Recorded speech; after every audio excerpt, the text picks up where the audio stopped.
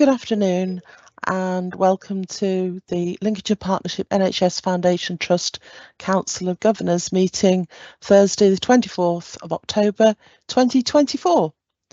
I'm Rebecca Metso, Lead Governor. I wouldn't normally be chairing the start of the meeting, but we do need to have an item without our non-executive directors present to discuss a paper for decision on their remuneration, and I would like to invite Debbie Abrams to join us for this part of the meeting, please. Thank you very much, Bex. There is a paper that's a helpful, detailed paper that shows some of the discussion that we had at the Nomination and Remuneration Committee. Council of Governors will be familiar that there's two subcommittees, and you delegate various aspects of work to those committees. One of our tasks in the Nomination and Remuneration Committee this time was to consider the need for an uplift on the salary for non-executive directors. I won't go through the details of the paper, but it is helpful just to restate that there are processes that every member of staff that works for the NHS gets an annual uplift. This is not the case for non-executive directors, which is why we're bringing this to you now, because it's important to consider it and seek your support on a recommendation that we are making. Just to say, we gave this a very thorough airing. We were quite rightly questioning ourselves, thinking about what is the right amount. There was no doubt in our minds that it is important that non-executive directors are appropriately remunerated.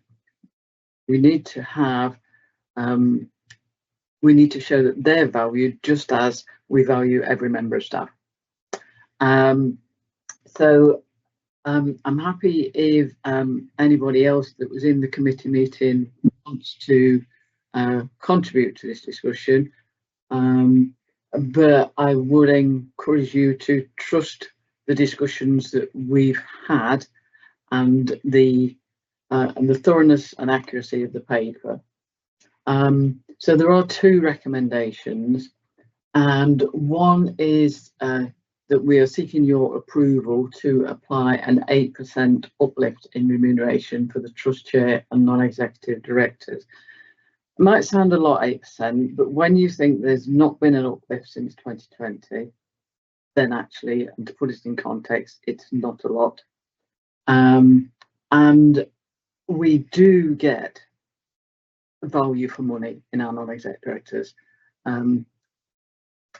We hear many examples of staff that go the extra mile, that give extra hours, and our non-exec directors are just as dedicated, and we are blessed in that respect.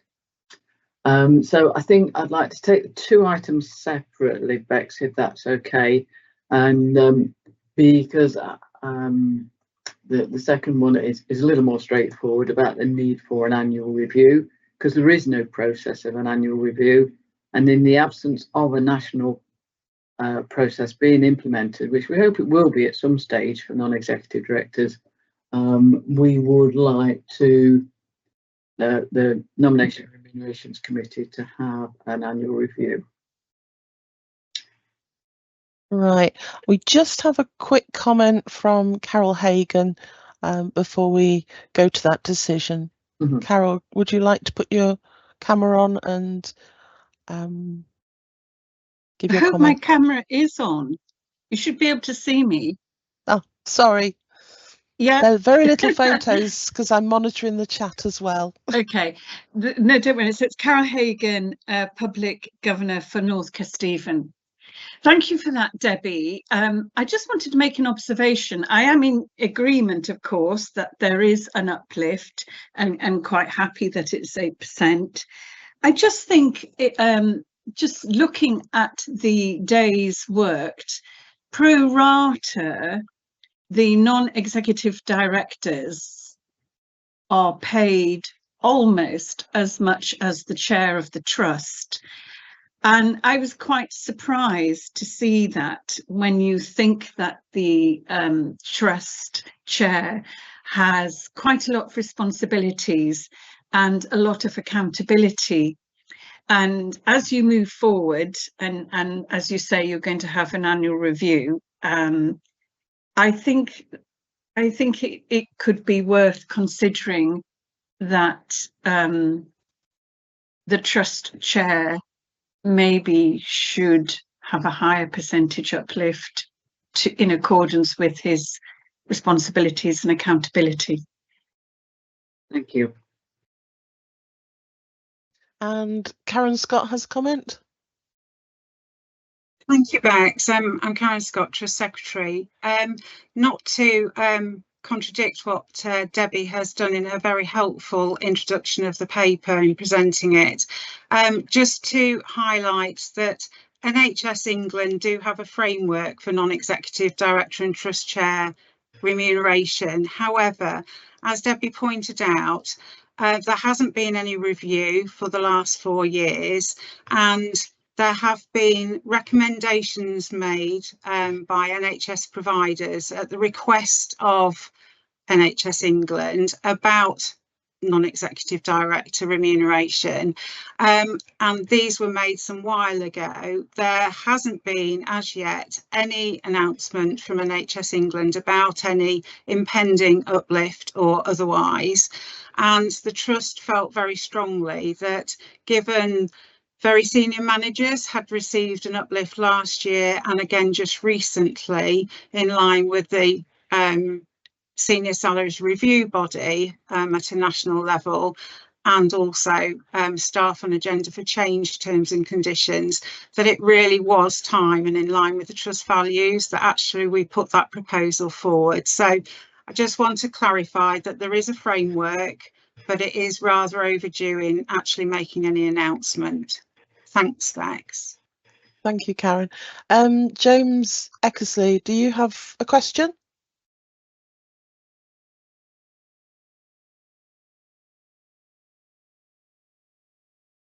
If you do, perhaps you can come back to me further in. Anna, you have a comment and a question. Yes, thank you. Sorry for joining a bit later. Would you like to put your camera on Well, whilst you're I'm a asking your specialist. question? Oh, can you not see me? My camera is on. Ah, it's just come on my screen. Oh. Sorry for the late. I'm just on my mobile data, so it might not work very well. Sorry about that.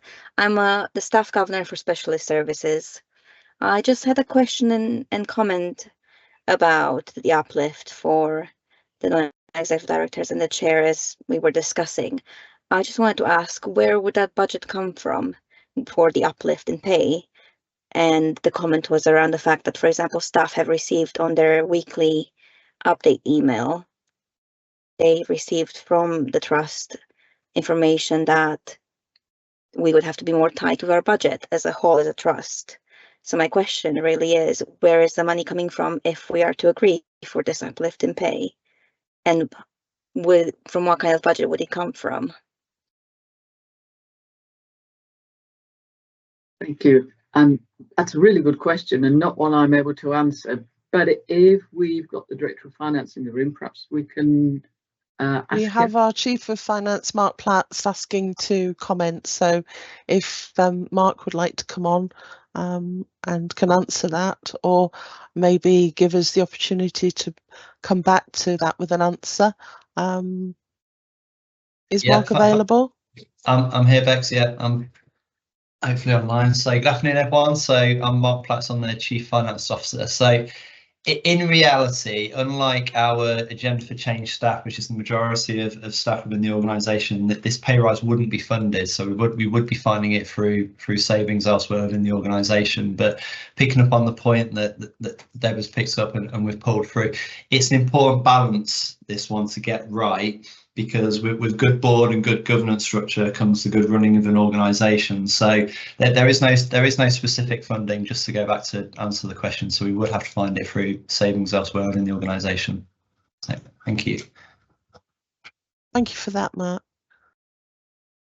And Anna has come back with a final question.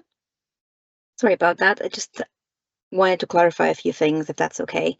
So the budget would come from the trust itself, but then we've been told there's not much budget generally, and that the government itself has issued that generally the government will have no more. They'll have a very tight budget as well. I'm just worried about the impact. Like, for example, this money could be used for the wards that perhaps are understaffed, for the patients that continue to not have the care they need, for development in progress and transformation of services in progress. I'm just questioning whether it is the right time to be giving the funding to executive and non-executive boards rather than going to the patients themselves, especially with the current issues that are happening generally in the trust with the inpatient wards and the services that are going through transformations as well. I just wonder if it is the right time. I'm not sure exactly if there's an answer to that. I don't expect an immediate answer at all. It's an ongoing question and query, and I just want to know, as I'm representing staff specialist services and I'm representing the patients and the staff members, I just thought it would be best if I asked this for the staff members I represent and for the patients as well, because there is a lack of funding for a lot of services they require that haven't been discussed and haven't been raised. And for me, it's a bit problematic to be discussing a not pay in the budget for this, if that makes sense. Hope that makes sense. Can I Perfect sense. comment on that a little bit, please, Bex, and then Of course. perhaps one of the other governors that was in the committee might like to comment also. I kind of want to flip it on its head, really, and say that if we didn't do something about the remuneration for our non-exec directors who have not had an annual uplift since 2020, what's that say about our values? Are we saying they're not as important as staff? No, of course we're not saying that. They are valued, they should be appropriately remunerated, and these are questions that we asked ourselves in the nomination and remunerations committee meeting. I won't say any more in case one of the other committee members would like to comment.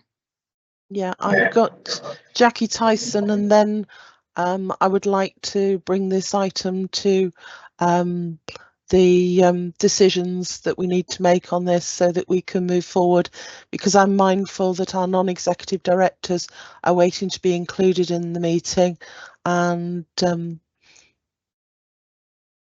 it would be good to move forward. Jackie?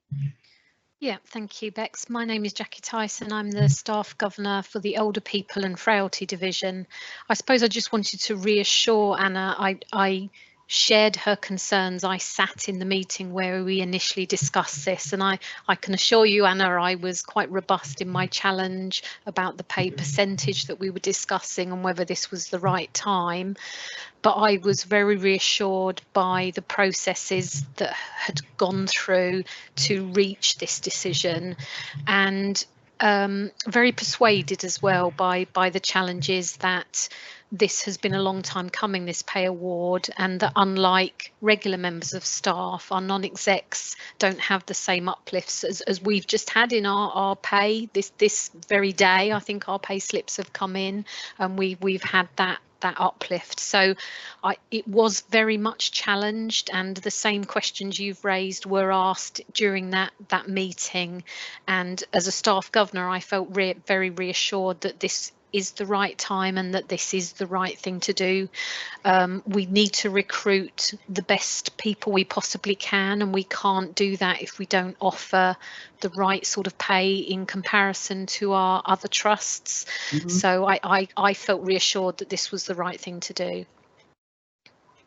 Thank you for that, Jackie. That's very informative, because we have the nominations and remunerations, I still can't get that word quite right, committee. We are putting our trust in their conversations and discussions, and I think quite rightly so. So would you like to go forward with your two decisions you need to make, Debbie? Thank you. Yes, I think everyone will be familiar that it's helpful to know whether people agree or not agree. And so if we just take the first decision first about the uplift of 8%, these could you indicate if you would support that recommendation?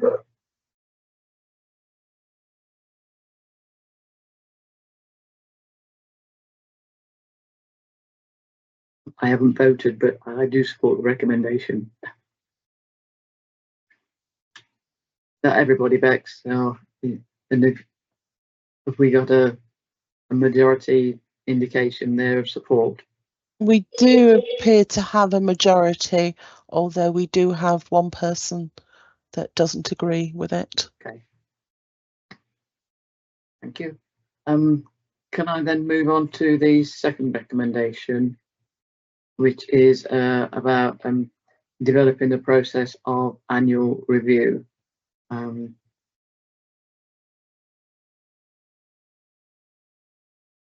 don't expect that to be controversial.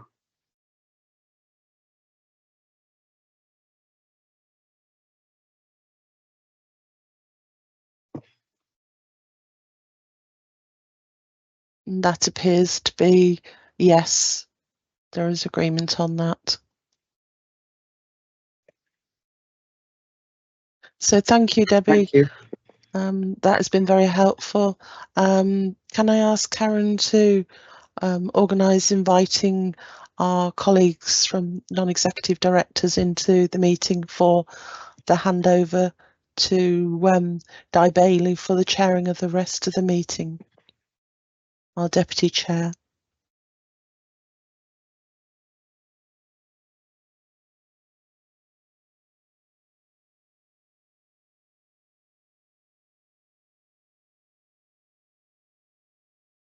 And while we're waiting, I'm just remind people that this weekend you need to put your clocks back and you will get an extra hour to yourselves on Sunday.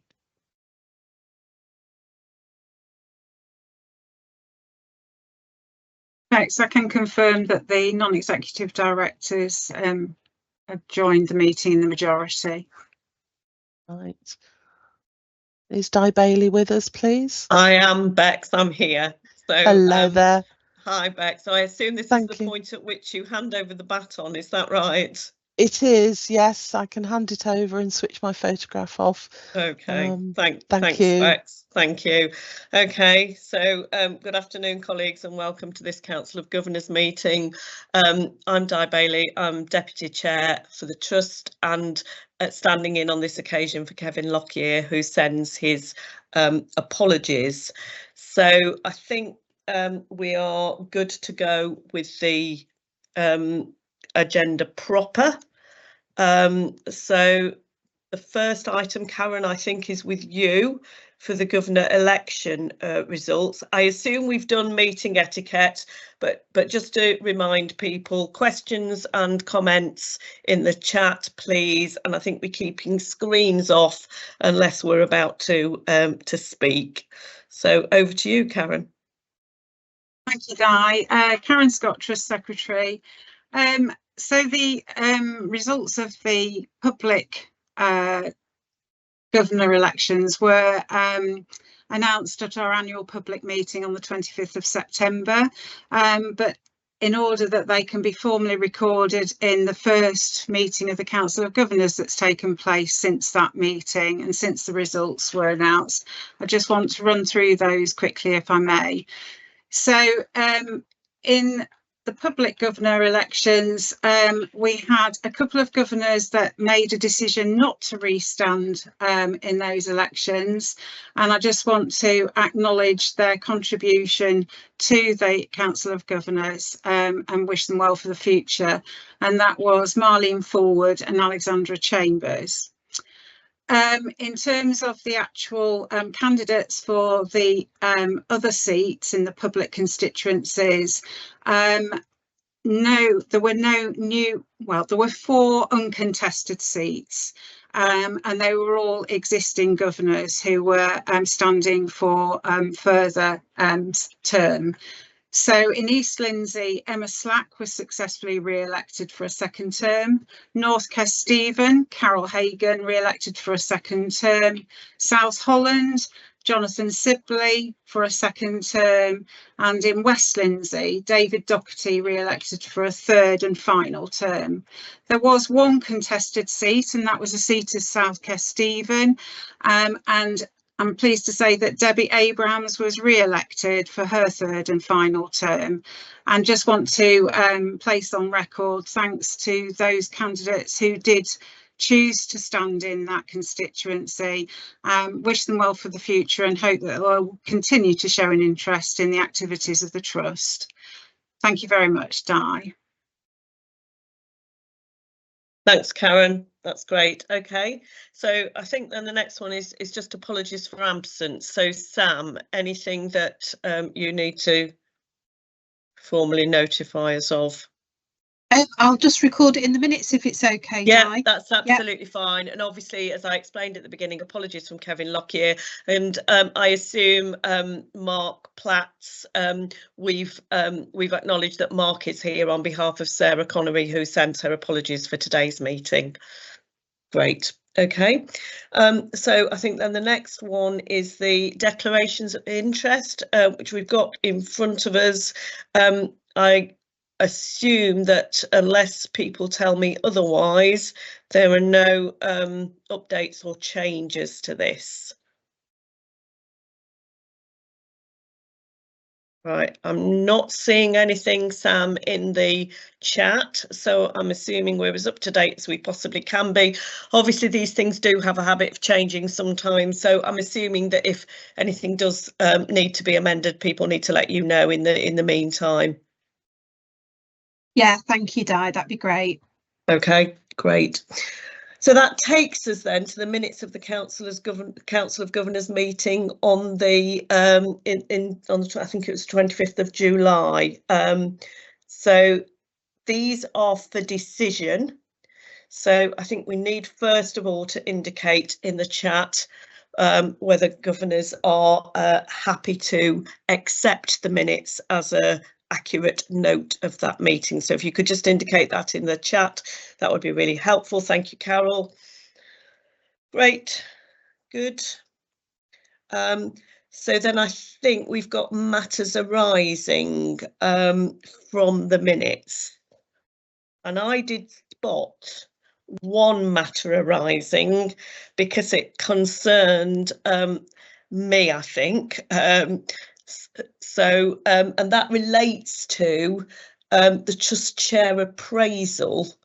So on page 2, reference 24 in brackets 036, and I think this was just a query as to whether or not the objectives set for the Trust Chair appraisal were feasible and you know, achievable. And I think there was a note in there actually about checking in with me, I think, Karen, just to make sure that that was the case. Is that right?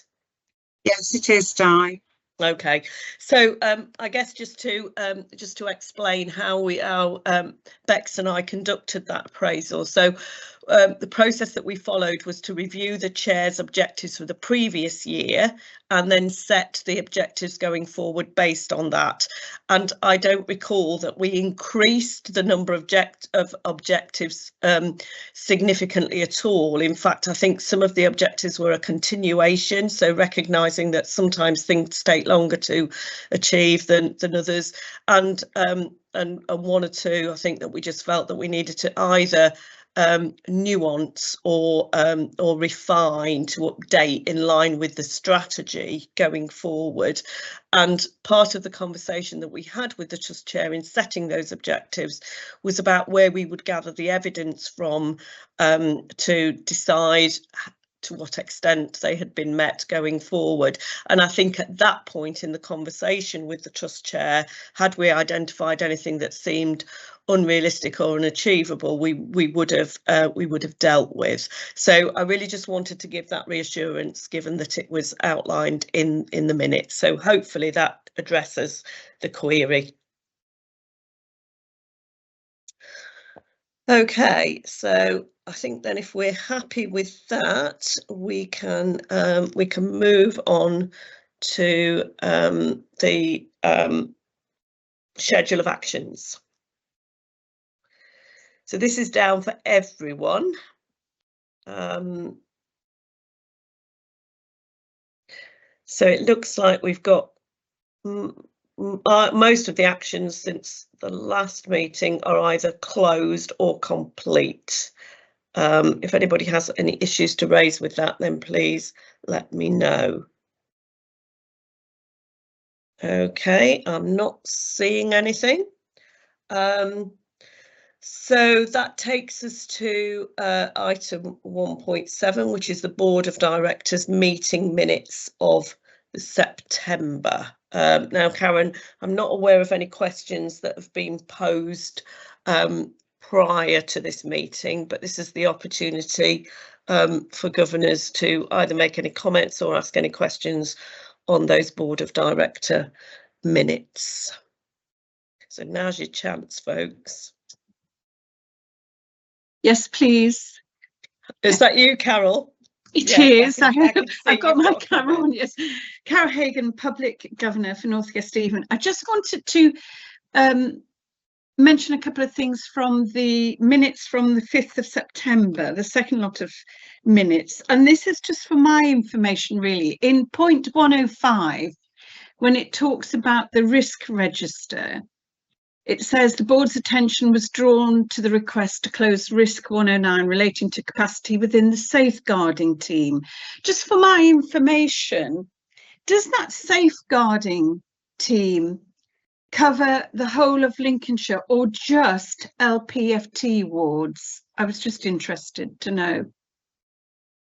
Okay, Karen, do you want to come in, please?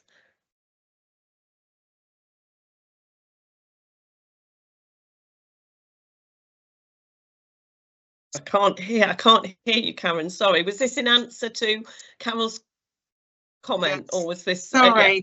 For some reason I was trying to unmute and it wouldn't come off. Apologies. So it refers to the Trust safeguarding team, Carol, and whilst our own safeguarding team does obviously actively work in partnership with the county-wide safeguarding team, it is staff employed directly by the Trust, and I can provide some reassurance that actually that capacity issue has been alleviated somewhat following the return of one of the key members of the team following some long-term sickness absence.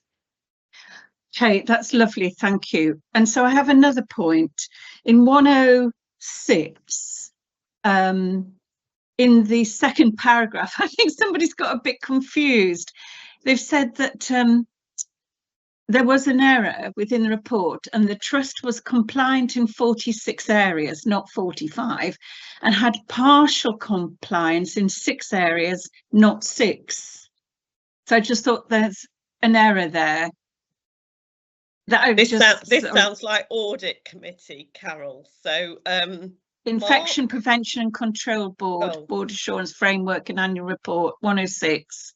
Right, okay. So that's just a bit confusing, but I was just pointing that out. There's an error there, I think. Okay. But my other question was on page 9. Again, this is just me wanting to be informed. It talks about the bank, using bank and agency staff. And I just wondered, does the Trust have its own bank? Yes, Mark, do you want to come in on this one? Yeah, happy to. So yeah, so we have a bank. Every member of staff has an opportunity to become a bank member and cover bank shifts, or you could just become a bank member and only do bank shifts. So what that means is, as a member of the bank, that you have the requirements to complete the same mandatory training as others and move forward. So we do operate our own bank. We also do operate work alongside other suppliers of potential bank that we're looking at, so NHS professionals and other areas, so that we can maximise the availability of staff that we've got. But ultimately, to answer the question, yes, we do manage our own bank. Okay, that's just interesting to know. Yeah, thank you. That's great, Carolyn. Always important to ask these questions because I'm sure it's really informative for other people as well. So thank you for raising that. That's great. Okay, so I think then the next item is down as Chair's comments. Now, Kevin hasn't asked me to raise anything specific in the meeting, but I did just want to say a couple of things really, just in relation to the governor activity information that we'll be looking at shortly. And again, just to say how pleased I was to see the range of activity that was going on, and to thank governors for getting involved and taking part. I just wanted to highlight, just because I dropped in, given that it was in Skegness, to the Skegness Pride, and it was great to see governors waving the flag for LPFT, and I did note that we got 47 new trust members, I think, signed up as a consequence of that. So again, worth doing in terms of raising our profile within the community, in one of our communities that is obviously high in terms of social disadvantage. So my thanks to all of you. I also noted in that list of activities that we are still doing, Sam, the Q&A for board members, and I could see that Kevin and Chris Higgins had participated during that period. I know these have been really well received before, and I think, just to reiterate, pleased to see that continuing and hope it will continue to do so. Thanks, Di. Yes, we have got another 3 booked in, and we're looking at the rotation of the year, you know, and bringing them in when we get to the year point. So yeah, thank you for that feedback. Okay, that's lovely. So then I think it's on to the highlights and exceptions report from, have I missed anything here? No? Highlights and exceptions report from the Council of Governors Representation meeting. Bex.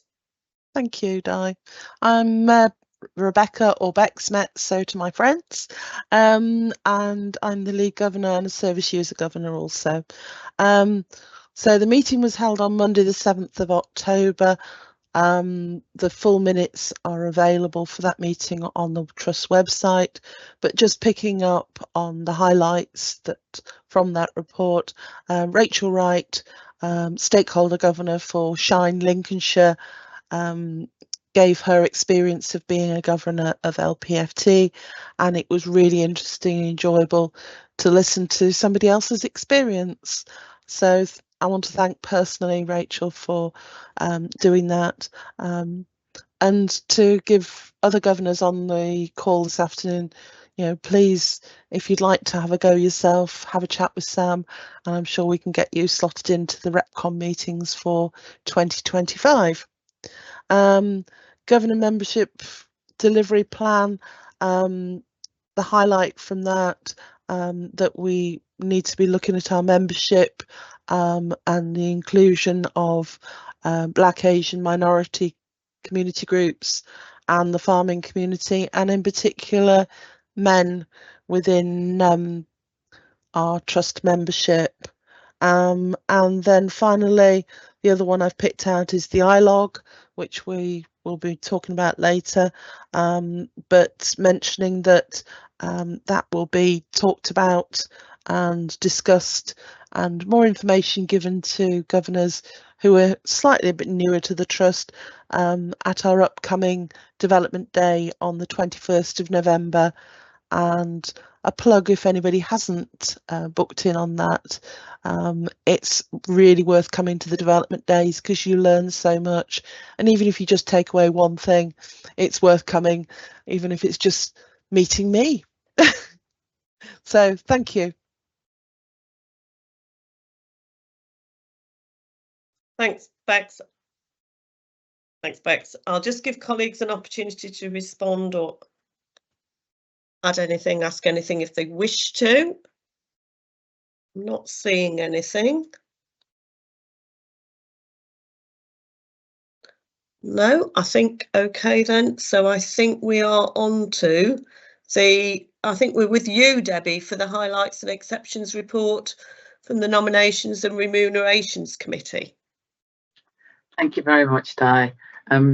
Yes, we've covered a part of this at the beginning of the meeting, and also there's a separate item later in the meeting about recruitment. So I think I'd just like to say the paper's there for information, and we're happy to take any questions if there are any.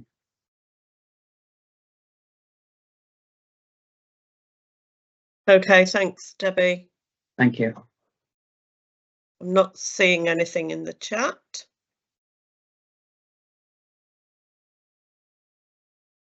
So Sam, with you for the Governor's Activity Report, please.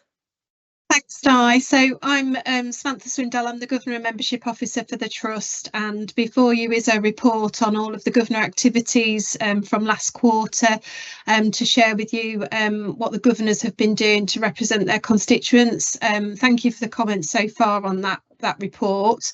It's here to record the activities and to take any questions that the Governors have got from the report itself.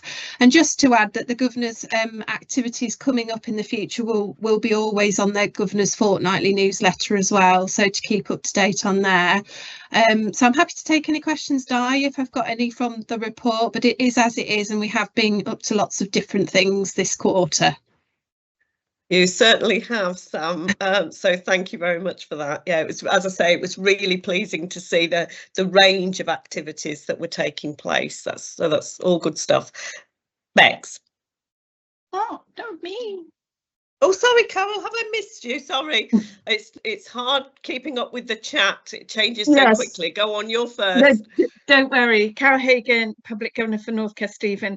Just wanted to say, as one of the activities I did, I accompanied Sam as we manned a membership stall at the suicide conference on suicide.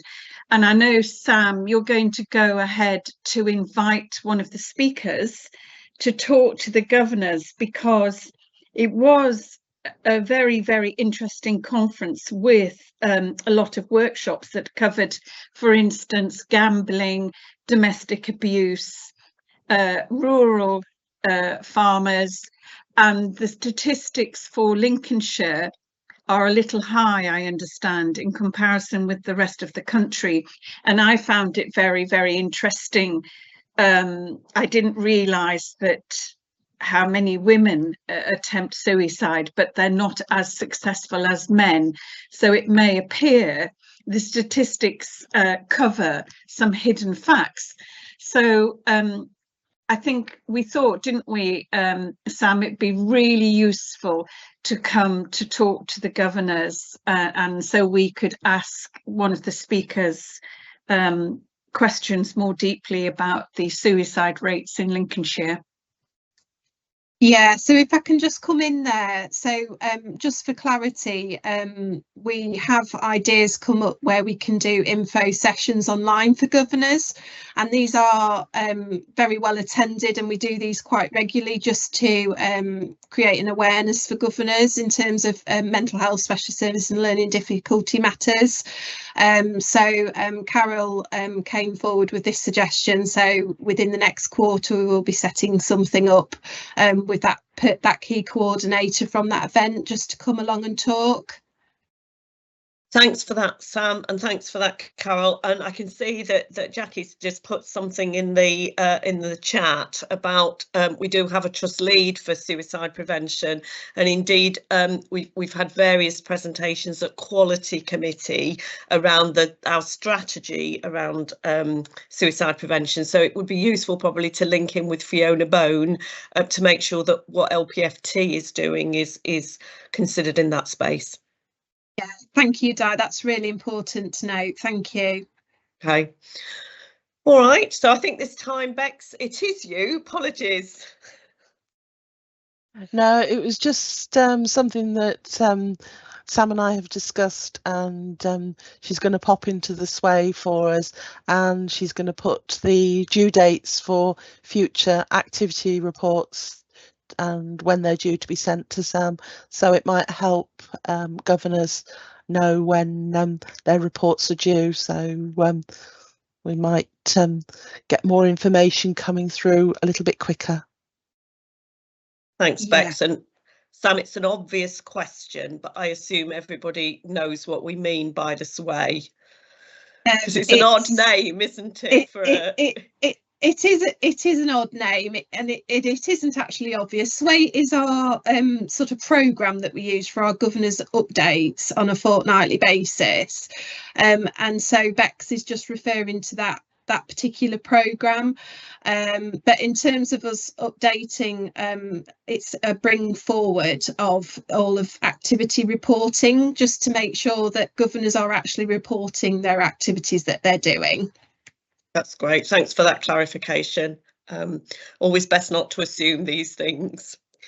Okay, so I think then we are into the iLog, is that right? That is correct. Yes, it's me again. So this is the iLog report, and it shows what iLogs have come in the last quarter. For anybody that's not aware what an iLog is, it's any issues, innovations, ideas or inquiries that might come in through the membership constituents to governors, or indeed from governors themselves. And as the lead governor has actually alluded to earlier, we are doing a review at the Governor Development Day in terms of the iLog to make sure that our engagement channels are working. We've had a significant decrease in the amount of iLogs that are coming through, and so we'll be using that time to have those discussions with governors about, you know, whether there's any particular improvements that can be made in terms of the engagement for that. The iLog is a repository reporting system for that engagement happening, and so it is important that we look at our channels of communication in relation to that, Di. Okay, thanks for that, Sam. And in terms of the item that's on the iLog, there's nothing specific to update on that one, presumably? There's nothing specific. It's a recent one that's come in, okay. And it has been escalated appropriately for a response, right. And so it awaits an outcome okay. as to what happened with that. Lovely. All right, thank you very much. Okay, I'm not seeing any queries or comments in relation to the iLog, so that concludes that section of the agenda. So I think now we're into the section of the agenda that relates to the trust reports. And Mark, I can see you've got your camera off, so you can take us through the Chief Executive report. This is here for information.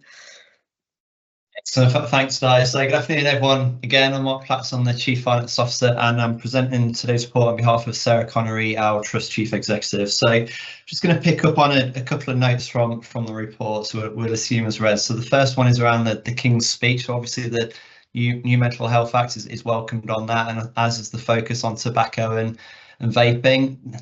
That's an important area we're going to have to work with our services and patients moving forward, especially given today's news that's come out as well. So we'll keep council up to date as we progress on that one. General practitioners, a collective action. So as the report noted, impact has been minimal to date. However, it's really important that we continue to focus on that, especially as we start to head into the winter now. We can see it with the weather, and a lot of people have been impacted with sort of infections and colds and stuff. So it's really important that we keep an eye on that as well, and work with everyone as we need to minimise impact. Just a quick one on the Mental Health Dementia Learning Disabilities and Autism Alliance shared agreement. So some great piece of work happening there. So really important we keep that momentum going around around our services. And I think that shared agreement is a really good multi-agency approach to how we move forward. So again, keep an eye on that and we'll keep you up to date. From a best use of resources perspective, so whilst we have remained at an oversight framework level rating of a 3, which is almost kind of, it's just one down from most interventions. So we do get a bit more freedom on a level 3 than we would do where we were historically on a level 4. I think it's really important that we continue to focus on our finance and quality measures over the next 5 months as we go through the year, really, just to make sure that we can balance that out and get the best use out of our resources.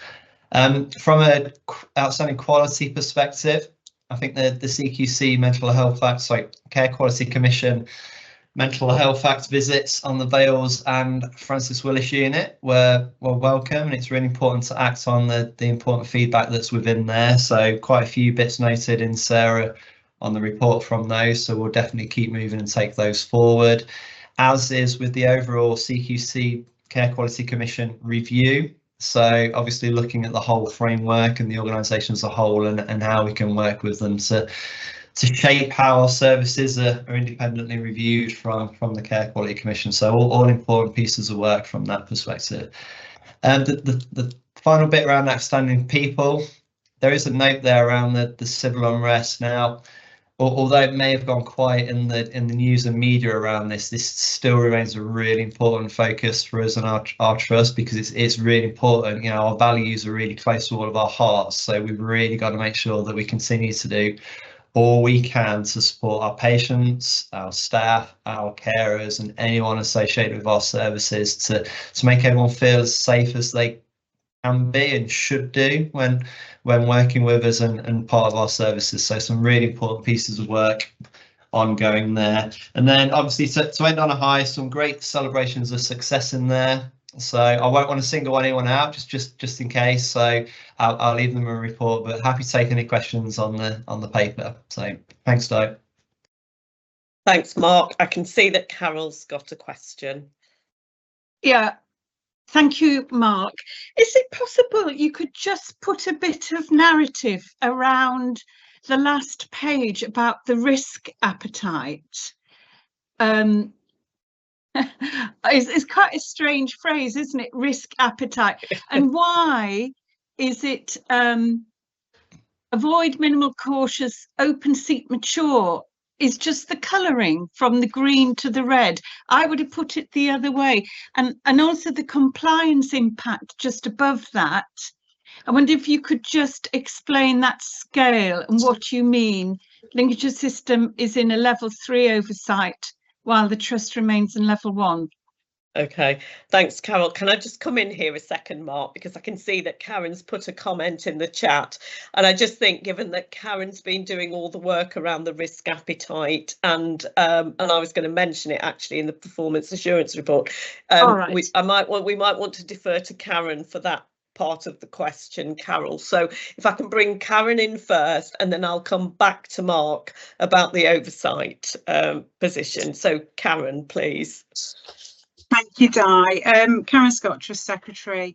Carol, if I could just say at the outset that unfortunately what the report template that you see and the style in which this has been presented is actually the template that we use internally for our internal meetings and not our Council of Governors template, so may have clearly caused some sort of complication and query in terms of governors have never having seen this before, but actually it's really helpful that you have picked up on those things and really timely.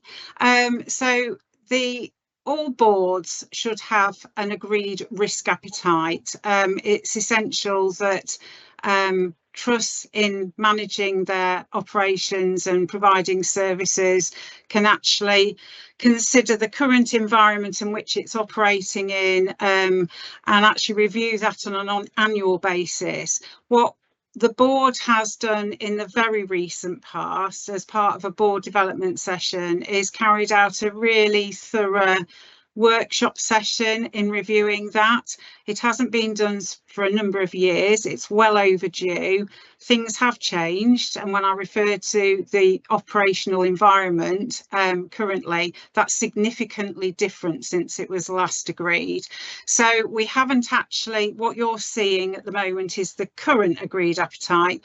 We are taking a paper to our November Board of Directors meeting, which will present what has been agreed in principle in that board development session to take us forward, and that has been linked. It will look quite different. It has been linked to the trust strategy and the 4 pillars within the strategy, so that we can start to make some real connection throughout all of those really important documents that inform our decision making.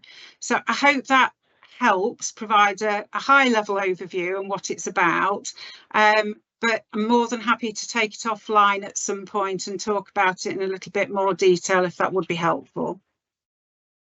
If you think, Karen, it would be helpful for governors to have some narrative around that, then that would be great. At the moment, it doesn't mean anything to me as such.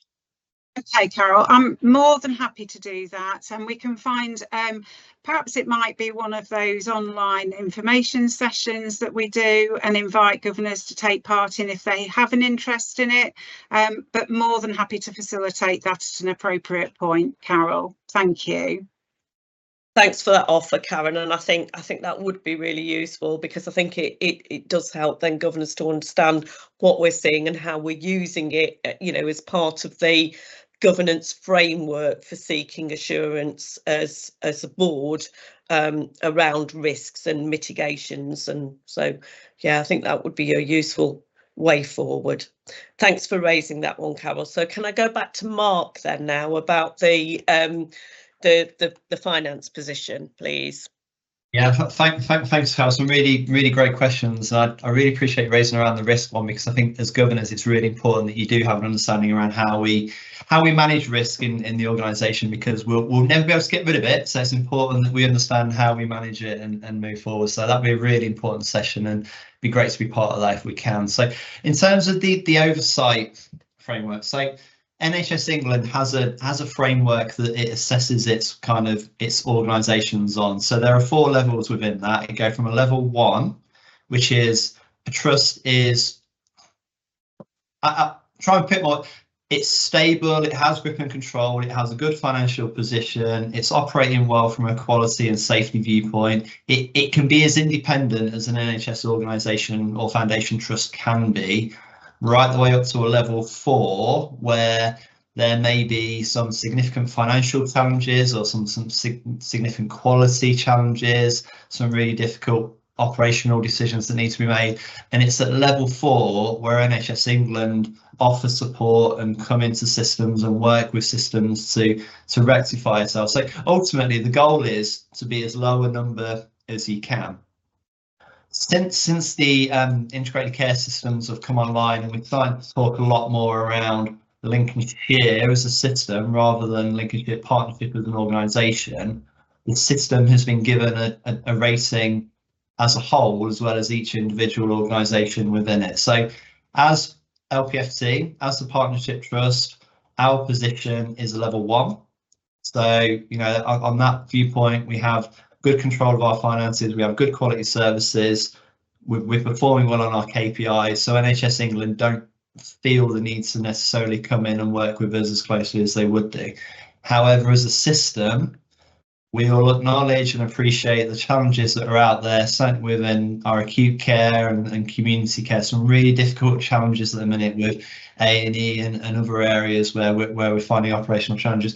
That brings with it financial difficulties as well around managing cost as well and moving forward. So as a system, overall, we have an overall rating of a 3, but independently as an organisation, LPFT is continuing to remain level 1. I hope that helps add a bit more context. Again, that might be quite good for all governors as one of those sessions. If you want me to come and talk through that as well, I think that'd be really helpful. I mean, that is excellent to hear that the trust is level 1. that's very good news, isn't it? So yes, I think that can do no harm for us to deepen our knowledge. And again, you know, when we are operating as governors and reading reports, then we do need to know and to understand as much as possible. So I think to continue to offer governor training sessions, governor evening training sessions, is a wonderful way of approaching things like this, and those who want to learn can attend. I think that'd be really useful. So yeah, that's very interesting, and I'm really pleased to hear the trust is at level 1. That's great. Well done. Thank you, Carol, and thanks for some great questions, I think, which you know, I'm sure will be informative for other governors as well. Bex, I think you had a comment. Yes, thank you. I'm Bex Metso, lead governor.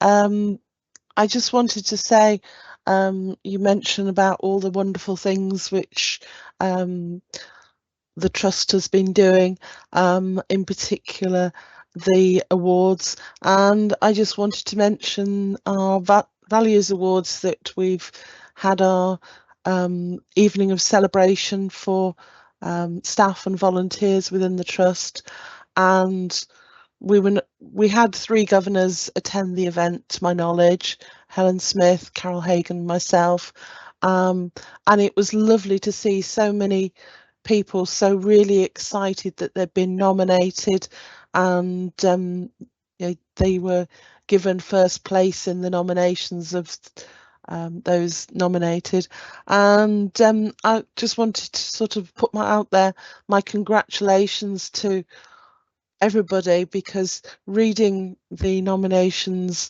of who should get an award was really lovely. But even nicer was just seeing the look on people's faces of absolute delight when they were recognised for the hard work that they do. So that's my little bit. No, thanks, Bex. I think that's really important to acknowledge.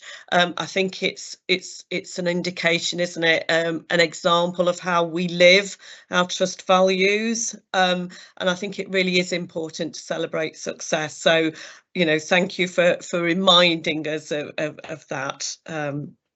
Okay. So I think, Mark, in terms of the Chief Exec's report, we can move on into the Performance Assurance Report, and it's incumbent on me as Deputy Chair to introduce that report anyway. Kevin would have done the sort of summary at the end, so I'll be back to give you that, but we will go to, in the instance of going through the report, I'll bring the other non-exec directors in as appropriate. So just by way of introducing the Performance Assurance Report, the introduction sets out the context for this in terms of you know, what it's there to do, and it's really part of the way in which the Council of Governors hold the board and the non-exec directors as part of the board to account for the work and performance that's going on within the trust. And I've said this before, but I'll say it again because I think it is useful just to remind people. So what governors should see as part of the Performance Assurance Report is a level of alignment between what the committees, the trust board committees, are focusing on as part of their work, and the trust strategy, and I'm sure that will become apparent as we go through. Karen has already mentioned, but I did just want to just revisit the work that has been going on in this period around the the way that we approach the risk appetite in the trust, the way that we look at a risk and how we manage and mitigate and control for it. And that is feeding into work that we've been doing around the board assurance framework. So again, those committees that are reporting in through the performance assurance report will be looking at the board assurance framework as part of that reporting process. So again, it's a way of checking that we are focusing on the right things, considering the risks and mitigations in terms of some of the decisions that are being made in delivering the trust strategy going forward. So that's by way of introduction. I'm now going to go into each of the sections. So Sarah, can I invite you to come in and talk us through the quality committee part of the report, please? Sorry to... I think Sarah's had problems joining, hasn't she? Yeah, she has. Could we move on just while we try and... She's having technical difficulties. Okay. Apologies. Okay. So Chris, can you go, are you ready to take us into best use of resources, Chris Wright? Yeah, hi Di. Hello everyone. I'm Chris Wright, Non-Executive Director, and I chair the Best Use of Resources Committee. We've had 2 meetings recently, one on September the 25th, and then we had an extraordinary meeting on Monday this week, the 21st of October. And the extraordinary meeting arose out of our meeting on the 25th of September, when we were presented some information regarding our performance on our financial plan. And although at month 5 we were on schedule, we were concerned that there are some contraindicators apparent, and we needed to see if we could get a grip on. And the team went away and we reported back on October the 21st to see what actions needed to be taken in order to try and ensure that we delivered on the financial plan. There's a lot of hard work going into this, and we're confident that we have a plan in place which should allow us the opportunity to deliver on the financial plan. But I think it's important to just be clear to everybody that this is a very difficult year financially, and all efforts are being made to ensure we get to the best place possible as we progress. So that's my observations in relation to where we are on the financial plan. The committee in September also looked at some upgrades to the board assurance framework, so that we have broken down our risks into 4 areas now, which I set out in the report, but essentially they are best use of our financial resources, best use of our estate resources, best use of our data and digital, and how we ensure operational effectiveness and productivity. And the BAF includes various controls in relation to how we will ensure that we're managing those risks appropriately. We also received a report from a relatively new appointee, Director of Estates, which gave us some cause for concern about our compliance across a range of regulatory requirements relating to our estates. And there's been a deep dive look into the overall quality of the estate, and we're now having to do some immediate remedial actions, and the committee will receive regular or quarterly updates on progress in relation to that. And then the final point is each year we have to do a self-assessment regarding the trust's readiness for emergency resilience and our emergency preparedness, resilience and response. And our self-assessment gave us an 89% compliance, which is suggests that we're substantially compliant. However, that will be subject to challenge by NHS England, and we haven't had that challenge yet. So we're waiting to see whether there's a agreement with our self-assessment or if there are some areas we need to look into. So those are the key observations and actions from our last 2 committee meetings, Di. Thanks, Chris. That's really helpful summary. Can I just pause there then just to see whether there were any comments or questions from Governor colleagues before we move on? I'm not seeing anything, Chris, so I think you've done a comprehensive job of providing the update. So I think, Tim, we're going to you next for People Committee. Yeah, thanks, Chair. So Tim Harry, Chair of the People Committee. I think it's fair to say that, like some of the other committees, we're still going through a period of transition and development as we've moved into the new governance arrangements and reporting against the Outstanding People Strategic Delivery Plan. So, for example, one of the things that we've had to do is that in the new governance arrangements, there are 7 subgroups that report up and through the People Oversight Group. And what the People Committee get is those items that are escalated. But as a piece of assurance work, we also receive the more detailed highlights and exception reports from each of those individual subgroups, so we can have a look to see what was discussed and agree about whether the right things were being escalated, or we can ask questions about those things that weren't.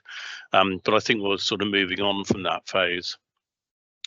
So we continue to receive good assurance around the success from the great work that the People Directorate have done around recruitment and retention. So we tend to focus on those areas where there are hotspots of recruitment issues. So, for example, consultant recruitment is one of those areas, and we're starting to see some improvements in that sort of area.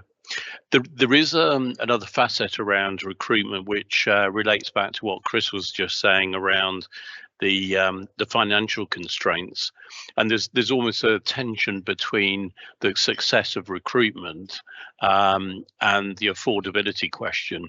Now, we've been given really good assurance around the management arrangements around this, and I think it also involves looking at sort of what the options might be around that, but that's still in a discussion phase. We heard about good progress on the Outstanding People Strategic Delivery Plan, but we are still experiencing challenges around some elements of discrimination and bullying and harassment. And the last detailed report we had was around gender pay, where the rate of progress was somewhat disappointing. Although when we looked at benchmarking against some of the other providers, we're actually still doing better, but that was no real consolation. But there was one trust provider who clearly seems to have had some greater success in the gender pay gap. So obviously we're looking to find out, well, what have they done that we can sort of pick up and run with. And I think my general comment about that is that these sorts of areas are not overnight issues that can be resolved. They tend to be longer term, but we need to closely monitor, triangulate. We have assurance that there are actions in the Outstanding People Delivery Plan, but we need to prepare to challenge to say, well, is there more that we need to do? And we do, and have escalated it to the board level when we feel we need more support to achieve our ambition. But I think, Chair, that was probably the key points I wanted to raise. Thank you, Tim. Okay, again, I'll just pause and see whether there are any comments or questions from the audience. Okay, I'm not seeing anything, Tim. So again, thank you very much for a comprehensive update. So I think the next one is with me as chair of Performance Committee, and governors will see that the meeting we had on the last meeting on the 22nd of August, and actually we've had a subsequent Performance Committee meeting today. So some of what I'm about to say is hot off the press, but almost kind of links back to what we were talking about on the 22nd of August. So we're still continuing to do the work on the integrated performance report to review and refine that. And I think the conversations that we had in the committee meeting today really testify to the maturity of approach around the integrated performance report and how we're looking at some of the targets and the data that is contained within that, because it does take a level of understanding in terms of making sense of some of the way that we get information presented to us, particularly when those targets that we're asked to report on are set nationally. Last time in August, we talked about the out of area placement position, and we talked about that again in the meeting today, because that continues to be a significant challenge for us. And we have decided that we need to do a further piece of work on that in the form of a deep dive, because there are a number of strands of work that are feeding into those out of area placements that we really need to understand in a bit more detail. Today we had a plan put before us as to how we will address reducing the number of out of area placements. Some elements of that plan were things that we can do in the short term, some areas of the plan related more to long-term change. So we wanted to further understand some of the activity that's going on behind the increased demand, particularly for services, which we will look at in January. So you will hear more about that in due course. Mark has already mentioned work that's going on within grounds and estates, but from a performance committee perspective, in terms of the conversation that we'd had previously in terms of some of the state of particularly our outdoor space area, we were pleased to note improvement with that. So I'm not going to say anything more about performance committee. Tim has picked up already some of the work that is going on in people committees that dovetails with our interest in our workforce from a performance perspective. And I think what we are seeing in performance committee is that alignment with other committees in appropriate ways to make sure that we get things considered in the right place with the right level of detail and scrutiny. Okay, so let me just pause and see if there's anything on performance committee. Okay, I'm not seeing anything. And Sarah, I can see that you've now been able to join us. So I'll take audit committee and then I'll come back to you for quality, if I may. So Ian, I think we're with you for audit. Thank you. And risk. Thank you, Di. And risk, yes, of course. Yes, afternoon, everyone. Anyone that doesn't know me, I'm Ian Orrell, the chair of the audit committee. In terms of this particular session, I can say that the audit committee was very recent, so we met only a week or so ago, and that was following the sort of heavy work that we do over the year-end period, and which sort of moves into the summer. As usual, we the week or so ago covered quite a range of issues, and again, as usual, audit work featured very strongly in that. We regularly hear from the external auditor at this particular time in preparation for what will happen next year, but also from the internal audit in terms of the sorts of projects that they are involved with on our behalf. And also we hear regularly from the counter fraud team as well, who play an important role for the trust. As well as that, I should also mention that we heard from the Freedom Speak Up Guardian as usual. We also spent a bit of time looking at a couple of papers which were sort of a bit of a backward look on how we were performing as a audit committee, and generally speaking, I think it's fair to say that we're on the right tracks there, and that's not just my view, but also we get input from external players in that assessment. I mentioned in the report that the BAF is, I think, developing very well. You'll remember that was refreshed not so long ago, and whilst I think it's fair to say it's still bedding down and being developed, there's really good progress there, and it's something that the audit committee in particular are very interested in. And I also make reference in my note to you that we've made really good progress on our policies and procedures, which can often come across as fairly dry dry pieces of work. But I think they're incredibly important to an organisation like ours to have effective and up-to-date policies and procedures. So we're making good progress there. So my sort of final comment would be just to say, as you would expect, you know, one of the key roles of the audit committee is to continue to push the organisation to strengthen its governance arrangements, strengthen its risk management arrangements. And what's particularly pleased me over the last hour is the number of times that risk has got a mention. So I think that message is clearly getting home, and we should, you know, look to see the benefits from that. But that's about as much as I wanted to say on the audit committee world. So over to you, Chair. Thank you, Ian. Have you been counting how many times we've mentioned risk? I ran after I got off my last finger. I was beginning to struggle, so yeah, but I got there very early. Okay, maybe we need to audit it at the next Council of Governors meeting. Thank you very much. I'll take that challenge on. Okay. Right. Okay. Any? Let me just check. Any questions or comments for Ian? We've got a comment from Carol,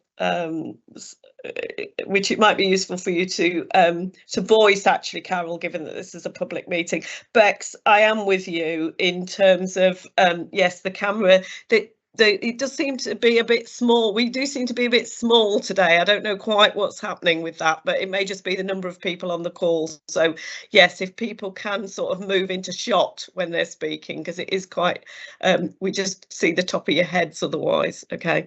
Carol, did you want to make that point in public, please? Yes, hello. Actually, I pressed send a bit prematurely because we haven't heard Sarah's report yet, okay, or the chairs, but I just wanted to say that, you know, as a governor, I'm very reassured that the NEDs, you know, do a very good job to challenge and seek assurance that the trust continues to perform well across all areas. It's a very interesting set of reports and listening to what the NEDs are saying, and because we as governors have made an effort to meet with the NEDs and understand their different roles, it's all now so much more meaningful. It is interesting, the word risks, because again, you know, are the risks mentioned here the same risks as mentioned in that risk appetite? You know, yes, does it all join up? Yes, it's a one overall risk, you know. Anyway. Yes. Yeah, it's absolutely. Good stuff. No, yeah, thank you. And on that note then, Sarah, can I invite you to come in and take us through the quality section? Yes. Good afternoon, everyone. Can you everybody see something? Yes, other we than can. The top we of can my see head? you. Yeah, no, we can see you. We can see you, Sarah. Good afternoon. So I chair the Quality Committee. I took over from Di a few months ago. We've agreed, fundamentally at our last meeting on the 3rd of October, we agreed the need to clarify the Trust's approach to a therapeutic model of care. And essentially what we mean by that is how patients are managed, how treatments are offered, and what our priorities are in terms of a clinical perspective towards patients. As part of our quality committee, there were 5 key areas that I'd like to summarise today. we looked at the learning from the Valdo Nottingham case, which was relates to a patient who had treatment-resistant psychosis. So we've recognised the need to review some of our pathways with respect to our management of people with that condition. The Chief Nurse, Sharon, brought in a very open and transparent way, with the support of executive colleagues, some feedback from the Vales, which they trust is responding very constructively to, some feedback around things like food, use of blanket restrictions, things that we've heard before, but that they're trying to address in a different constructive way. We heard about a length of stay deep dive, because some of our patients are staying far longer than the 30 days sort of recommended for patients with mental health issues, so much so that we've in fact had some patients who've stayed more like years than days and weeks. But there is again an action plan in place, and we're doing something about that, and it is coming down, so that's good.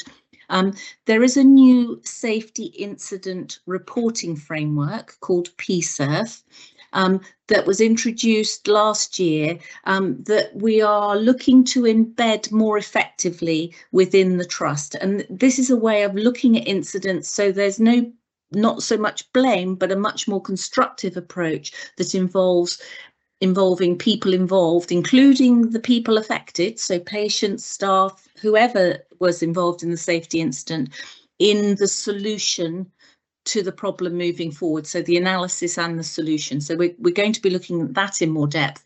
And then finally, for our next meeting, we're going to look at what we can learn from patients who've been kept in segregation. We haven't had very many, we've only had one recently, but there is undoubtedly learning associated with that. So we're going to be bringing that back. So we've adopted an approach where we're looking at fewer issues in more depth to allow a discussion, in addition to the statutory components of quality, where we've received some terms of reference and things like that. And that concludes my summary, Di.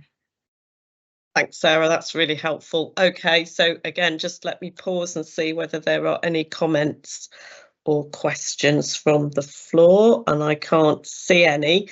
So I think then, just to draw this item to a close, which Kevin would ordinarily do, but you've got the information at the end of the report, which again seems explains, it picks up really on Carol's point a bit about how do we, not only how do the governors gain assurance, but how do the committees gain assurance that we're looking at the right things, and we are able to have a bit of a check on progress. And actually that was part of the reporting into the board of directors in September, and then there's a forward look in terms of where we're going next on the 7th of November. So again, you'll see the Board of Assurance framework flagged there, the integrated performance report.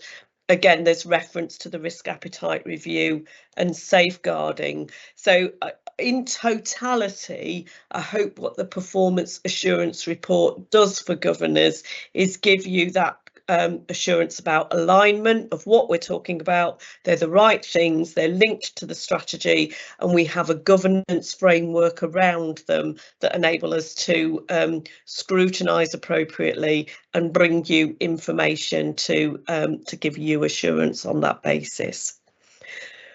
So just stop there then for a minute before we move into the final section of the agenda, which is the more regulatory part of the agenda. I just wanted to check, because we've been going now for an hour and 25 minutes, whether people feel they can continue, or whether or not I need to allow folk a 5-minute comfort break. Let me just see whether there's anything in the chat. Right, I'm not seeing anything, so I'm going to assume that we're okay to continue. So Debbie, I think... Sorry, there was a comment and somebody has asked for a 5-minute break. Okay, yeah, okay. So it's 25 past now, folks. Can we come back at past, please? Thank you.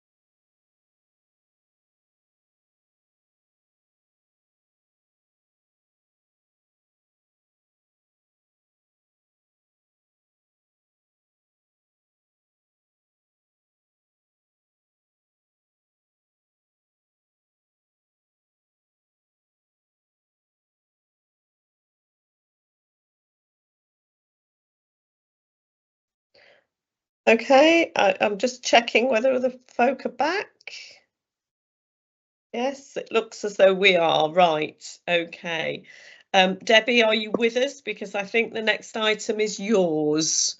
Yes, thank you very much.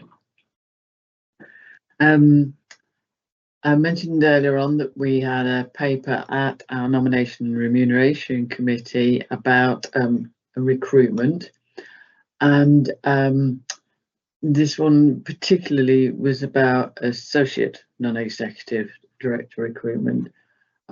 There is currently someone in post who we know as Dr. Patel was appointed for 1 year, and this paper really seeks approval for the recruitment process to be commenced at a date yet to be determined. We kind of need to leave that time into Kevin in the trust board as to when the time is right to do that, because there's a few issues to consider. But just to note also in the paper that 2 other non-executive directors, well, the two non-executive directors, Chris Wright and Ian Orrell, come to the end of their first 3-year term of office partway through next year, and then hopefully a long time away, Di Bailey and Tim Harry will come to the second and the final term of office end in 2027. So we are seeking approval from the Council of Governors, please, in principle, to support a recruitment process for an associate non-executive director for a term of up to 2 years. But as I say, the date is yet to be determined. Okay, thanks for that, Debbie. That's really clear. So can I just ask for people to indicate then in the chat whether you are, because this is for decision, in agreement to proceed as Debbie has outlined. Yep, right. We have approval, Debbie. I think that's fine. Thank you very much. Thank you. Okay. So Karen, I think we're with you for the remaining items on the agenda. So first of all, the review of committee membership, please. Thank you, Di. So yes, this is the Council of Governors annual review of its committee membership. Hopefully the report is straightforward and sets out quite clearly which those committees are and some of the other roles and responsibilities that sit within the Council of Governors. I have listed on page 3 of the report the current membership of both of the membership committees. That's the Nominations and Remuneration Committee and also the Standards Committee. And on the latter committee, we do have 1 current vacancy.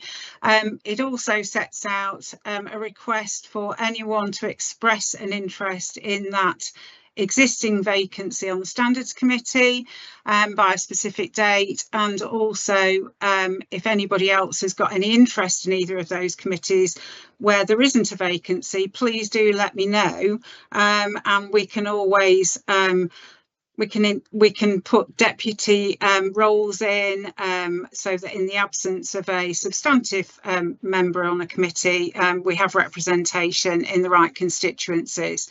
So hopefully it's fairly straightforward, Di, but happy to take any questions. Okay, thanks, Karen. So I'm just checking but not seeing anything. So I think you're oh, just a minute, Debbie. Comment, I think. Yeah, just a comment for clarification. It's perhaps a date thing, but it says committee membership as of the 1st of October. It's still got me down as lead governor. I probably should say Bex. Sorry, Debbie, that was as of that date when I actually prepared this membership. As at that point you were. It's just an editing problem. Apologies. Bex has only just been confirmed as lead governor, so I wouldn't make any presumptions. So thank you. Okay, Great. And I think, Karen, your invitation stands then if people want to approach you about committee membership. Thank you. So the next item is for decision. This is the annual review of the forward agenda. Yeah, thank you, Di. So this is the Council of Governors forward agenda, which sets out those standing items that we would anticipate bringing to each of the Council of Governors quarterly meetings. It's indicated there all of the 2025 dates are set out on the schedule. There are occasionally other items that ad hoc items of specific interest that we wish to bring to the Governor's attention, which might not feature on there, may not be necessarily anticipated at this point in the year. So really it's just seeking the Governor's approval of its forward agenda. Thank you. Okay, so can you indicate please your approval in chat? Yeah, I think, Karen, that's fine. We've got the go ahead there.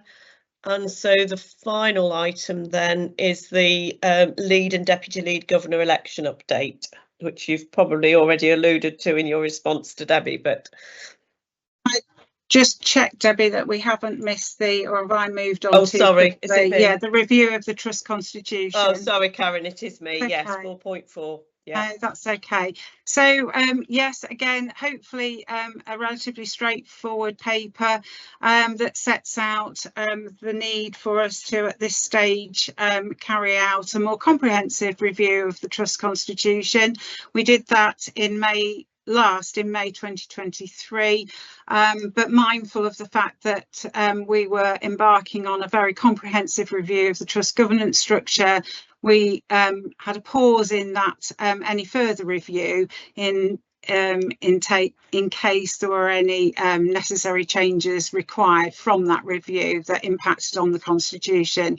So this paper sets out the recommendation and an ask that governors submit any ideas or suggested amendments by Monday the 18th of November, and directors will equally be invited to do the same. The trust constitution has to be agreed by both governors and directors. And if we get sufficient number and range, a relatively broad range of suggestions, then it may be necessary to establish a small working group which would be made up of governors and directors to discuss those in a little more detail. But I don't want to set that up unnecessarily if we don't get any major things come through.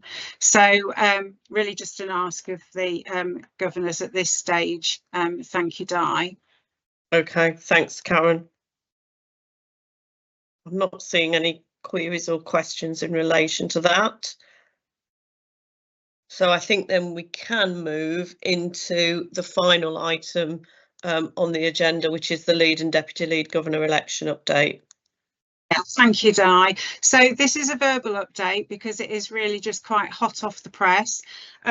Following Debbie Abraham's difficult decision to step down from her lead governor role after some considerable time in that position, Rebecca Metso very kindly, as Deputy Lead Governor, agreed to step into that acting Lead Governor role, and she's been doing that very ably since, and we're very appreciative of her contribution and effort. We did obviously need to go out more formally, though, to substantively fill that post. A request for expressions of interest went out to all governors in the public service user and carer constituencies, and we only received one expression of interest, and that was from Rebecca Metso. And so I'm delighted to say that she was uncontested, and Rebecca has taken up her position as lead governor with effect from yesterday. That now means, though, that we have a vacancy in the deputy lead governor role. So yesterday I emailed all the governors announcing Rebecca's election, and also to say that or ask for expressions of interest from governors in the same constituencies for that deputy role, and there will be timescales involved in that. If necessary and we have more than one expression of interest, then we will need to go out to a formal election, but I will keep governors updated as and when necessary. Hopefully we'll be able to announce that formally at the January Council of Governors meeting, but obviously I wouldn't wait until then to let anyone know about the outcome. Thanks, Di.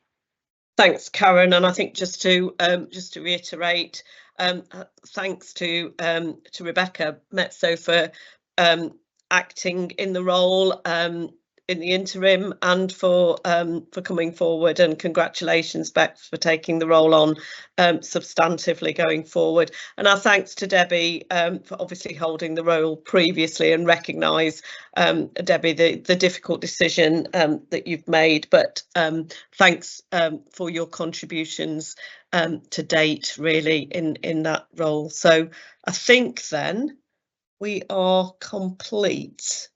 Apart from, oh, Bex, you have a comment.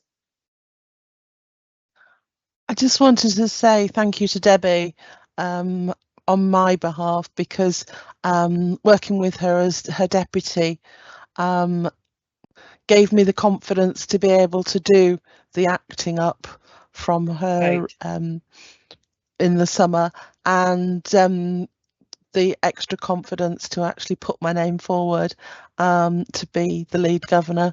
And I look forward to finding out who the deputy lead governor is going to be.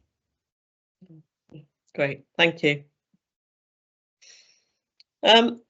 Okay, so I think I'm not aware of any items to note. Karen, I assume any items that needed to be noted have been noted throughout the meeting.